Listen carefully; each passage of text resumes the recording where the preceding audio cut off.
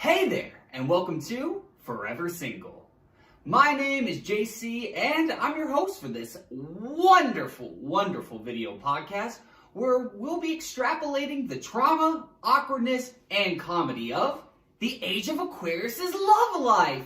Yeah. Woo! Hey everyone, it's Age of the Aquarius, and we are going to introduce this new segment. I'm super excited. He explained it perfectly. It's going to be very hard to listen to and witness because it's just so traumatic, but that's why we're here. And, call up Jamba Juice because this is about to get juicy. I'm very excited. Hopefully I will not be sued during the making of this segment, but we'll see. And why would you get sued? I'm kind of curious. Because I'm about to expose you, motherfuckers! So for this episode's festivities, what would you kind of label or call this date? We're gonna call it, Is That Your Man? Let's go ahead and dive straight into the story. Okay, so we're gonna call this predator the Night Stalker, much like the actual Night Stalker, who was, convicted of many murders. The Night Stalker, where did you meet the Night Stalker? What's your history before this? Like a quick kind of... Okay. Let's do a blurb. We met online, interjecting like revolts. I thought that he was okay, going out a lot, and he was really into football, so I was like, I've never been to any football games. I was trying to be open-minded. Wait, a heterosexual male in love with football? Who would have thought? Yeah, so we had been going on dates for a while, and I was like, okay, this is going to be the big date that we're going to go on. So, yeah, it wasn't that much time, though. I think maybe it was 2 months, a month. Still pretty significant, though. Yeah. Okay, so he has Wonder Woman lassoed you into this date. Yes. Let's go to the football game. Let's have some hoagies. So we decide that instead of going to the game, like driving there and parking, he's like, let's go on a party bus. And I, as the host of Saturday Night Cocktails, talk shit and get lit, I'm like, a party bus sounds absolutely amazing. Mm-hmm. So we get these tickets, and it's an all-inclusive experience. So it takes you from a restaurant here, and it takes you to the stadium and back. And on the party bus, there are beers in a big ice chest. So this is like the selling point. So I already know this. So day of the game is a Sunday, obviously. And I'm just like, all right, I'm going into this. I want to make sure I remember it, I experience it. So I'm really excited. At this point, though, since it's the pinnacle date, he decides to bring in his friend. He was named after a certain geolocation, so we're going to call him Texas, just to protect identities. So he brings along Texas. So I'm like, I don't know if this can be good or bad. Either Texas will keep him in order, or he's going to make the situation worse, but we'll see. So we get to the restaurant, and he's cool, and he's like, okay, I'm gonna order a beer. And I'm like, oh, okay. So we both order a beer, we're sitting there waiting for Texas to get there, and then we're gonna board the party bus. And he's doing good, he just had his one beer, and I'm like, this is gonna be a really good day.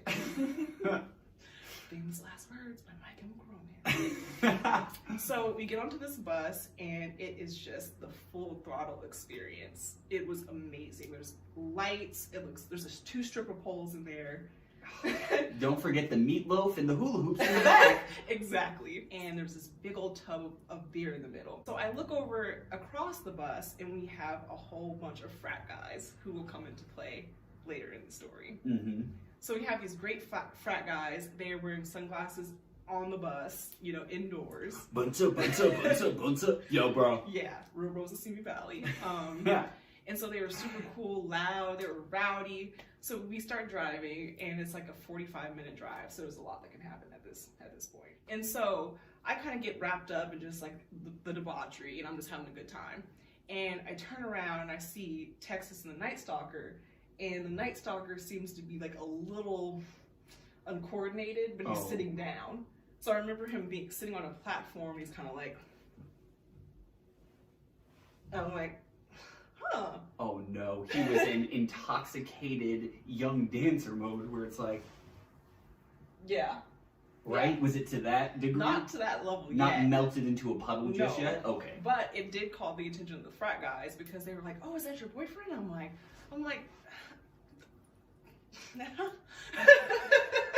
So we get there, and at this point I've had maybe 2.5-ish beers. And we're in our little group, and everyone decides that we need to shotgun a beer. Okay. So again, this is a day of first. I'm like, I've never shotgun a beer before, actually.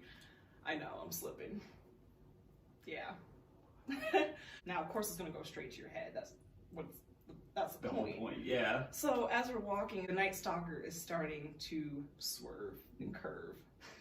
Oh no. All right, he is just dipping and dodging and ducking like dodgeball as we try to walk to the stadium, which is a pretty long walk, I'm not gonna lie. And I'm just really, because I'm confused by the beer, you know, and I'm just like, what's going on, right? He kind of breaks away at this point. What was his speech like during this? He wasn't talking. Like, it was just like 1 minute we were shotgunning the beer. It was like, oh, that was fun, guys. Let's go to the check-in. And so we finally get up there to go through security, and he's gone. For all those out there that have not been to a sporting event, please note, to enter said sporting event, you need something called tickets. If the person that is carrying your tickets has gone missing, sadly, it's very difficult to enter said athletic event. So I'm with Texas, and we get up there, and I'm like, gosh, where'd the Night Stalker go? And we're looking around. You have to imagine the sheer volume of this crowd. This is not an easy identification process. So we're like, okay, let's stay calm. Let's not even worry about calling them at this point. Let's just get through security, because that's going to take long enough, and then we'll reevaluate. So we're going through security, get through, no problem, and get to the end, and there are the police. So I'm just like, it wasn't me. They're like, is that your man? If you can imagine the amount of people, again, in this place, they have isolated me, and that they have been watching this whole thing for God knows how long to determine that this person's with me. So I'm just like, yeah. And they're like, listen, like he's extremely intoxicated. You guys cannot come into this game. And that's when I start my acting. Ooh, all right, Meryl Streep, give it to us. I'm sorry. I live all the way across town. It's been like 20 miles. This is my first football game. I promise I'll keep it in control. Of course, sweetheart. Of course. Yeah. So, knowing that I promised, PD that I'm going to control my mansis, I'm like, all right, let's find him. Mm-hmm. So me and Texas break off, and he's in the second part of the line. So there's the check-in, and then there's a ticketing line. Okay. And so he's really tall, so like 6'5", so I can see the top of his hat. I'm like, okay, we located him. So we get up there, and I'm like, what happened? The police came up to us, blah, blah, blah. He's live blacking at this point. Yeah. Ooh! Yeah. Okay. So he's glazed over, his eyes are like, hazy like Mick Jagger. I can't get to him. So I basically just stopped talking. We realized we're just gonna stand there, like our only purpose is keeping him like upright and just going through the line, because he can't even like communicate at this point. Into our seat, and for the most part, everything's good for a while. We're sitting there, and he's like, all of a sudden, he's like, I want a beer. And I'm thinking like, oh man, like my thought process is going in two directions. I'm like, do I appease the beast, or do I keep my promise to the police? I decided to appease the beast, because I just wanted to get him like completely like knocked out, almost like that Kill beer. So he would just sit in his seat and watch the game quietly. So as long as he was still thirsty, we had a problem. We go down to get the beer. So we stand in the line, and then he's like, I have to use the restroom. And I'm like, okay. So he's barreling through, he just breaks free, he starts barreling through the whole stadium trying to get across to the bathroom, but there's so many people, and he's hitting everybody with his arms. Like flopping dead arms. Who is he, a magic carp? Like flopping around? What is happening? Yes. Yes. Oh no. Yes. Oh no. So he's weaving through the crowd, and he just like hits this little girl. He hit a small child? Yes, like you have to imagine a man this tall, like buff too. So his arms are like, they hold a lot of force. So if you have a lot of dead weight because you're, live blacking out, it's like a weapon. And everyone, this is how little Candace ended up in the hospital. Yes. So I'm like, I'm trying to follow him, but then I see him hit little Candace, and I'm like, oh my God. So I try to play it off and kind of back up and just like, oh my gosh, brush it off. He gets to the bathroom. What happens next? Can you guess? I'm gonna go with either A, he somehow passes out or gets lost in the bathroom. B, he comes stumbling out with piss all over himself. Or C, he goes missing. No. Or D, none of the above. Paul Blart, arena security. Wait, captures him in the bathroom? No, walks up to me and goes, is that your man?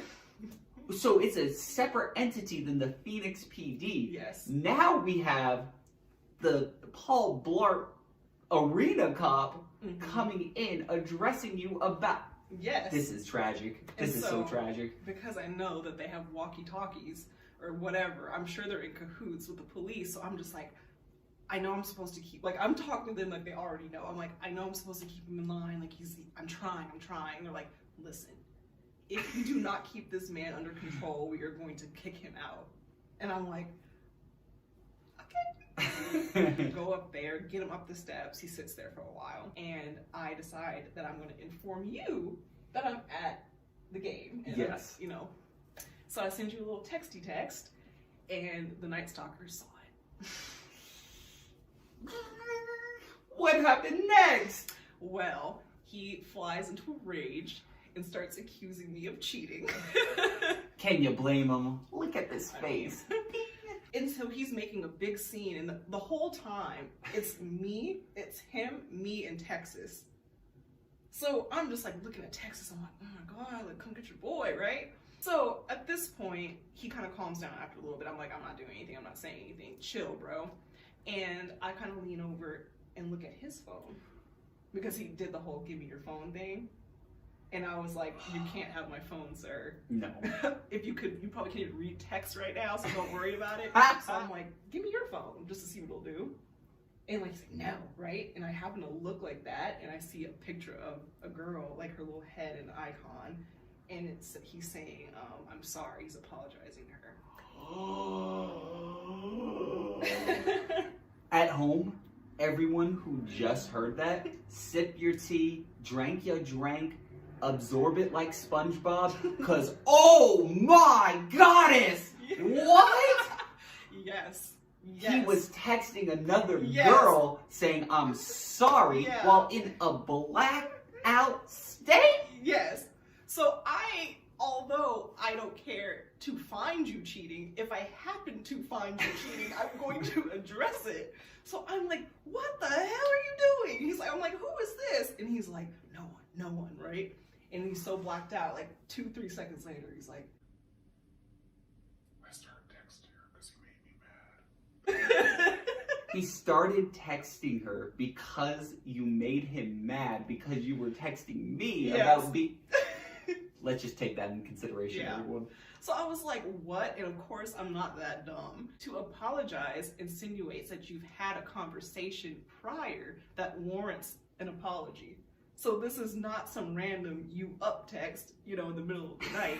This has some context to it, because obviously it's a long-standing communication. Yes. So he's lying on top of this. Who knows how long, this girl's been around. Where did it go from here? You just found out he's texting this girl because he's angry at you for something that is, outlandish. Do you ever go on those dates where you already determine what's going to happen next when you get home? I'm at that point where I'm like, it doesn't really matter what happens now. It's like, he can do whatever else. It's cut. So just let me enjoy this football game, because this is what I'm here for. I just want to go ahead. For those of you listening, make sure to definitely put in the comment section where you are just done with the date. When do you just give it up because you already know it's going to be a disaster? Put that into the comment section, because we definitely want to read that. I want that juice. So I just start being very agreeable. I'm like, whatever you want to do, I don't care, because I'm never going to see you again. So he decides that he needs to use the restroom again. So he had a tall boy, by the way.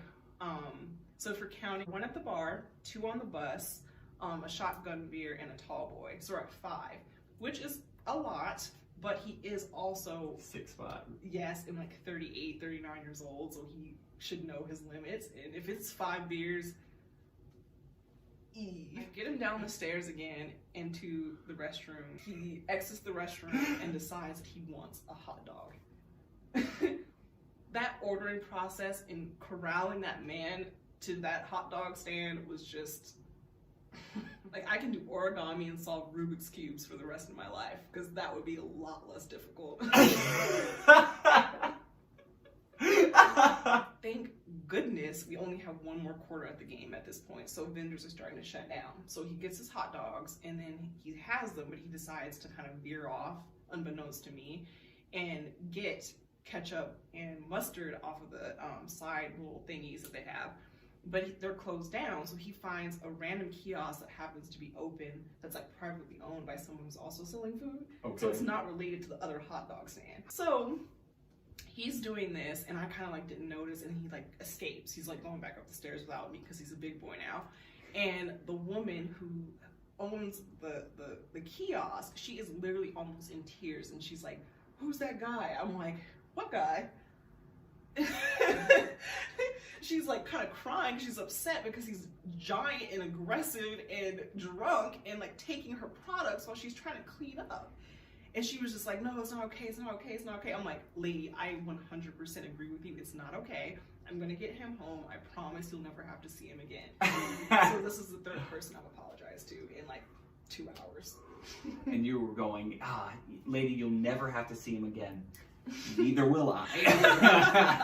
I meet up with him and we're going to go back up the stairs, and we reach our ultimate obstacle. So we have a woman, and she walks up to us standing there, and he somehow gets past her, like goes through another section and like jumps over like the chairs, because you can do that, right? Okay. So he goes to sit down. I'm still kind of like chasing after him.